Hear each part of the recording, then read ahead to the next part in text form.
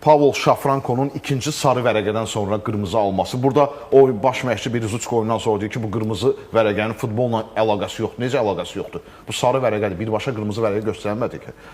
Baxın, futbolçunun ayağı tapdalanır. Bu Tanzaniyada da sarı vərəqədir bu epizod. Kenyada da, Amerika Birləşmiş Ştatlarında da, Avstraliyada da, dünyanın bütün qitələrində, bütün materiklərində, FIFA-ya üzv olan bütün ölkələrdə bu hərəkətin adı sarı vərəqədir. İkinci sarı vərəqədən də qırmızı aldı. Amma görə çox əsassız bir açıqlamadır. Bax, bu epizodda mən xatırlayıram Samir Abbasovun o Basalo Samboya verilən qırmızı vərəqə ilə bağlı fikirlərini. Bax, yenə də hücum eləyən tərəf vərəqə alır. Samir Abbasov nə deyirdi? Deyirdi ki, bizim futbolçu ötürmə vermək istəyir. Ötürmə verəndən sonra ayağı gedir, dəyir rəqib futbolçuya. Yəni, bu niyə vərəqə ilə cəzalandırma? Qaydalarla məncə doğru eləyib hər şeyi, konkret olaraq sarı vərəqədir.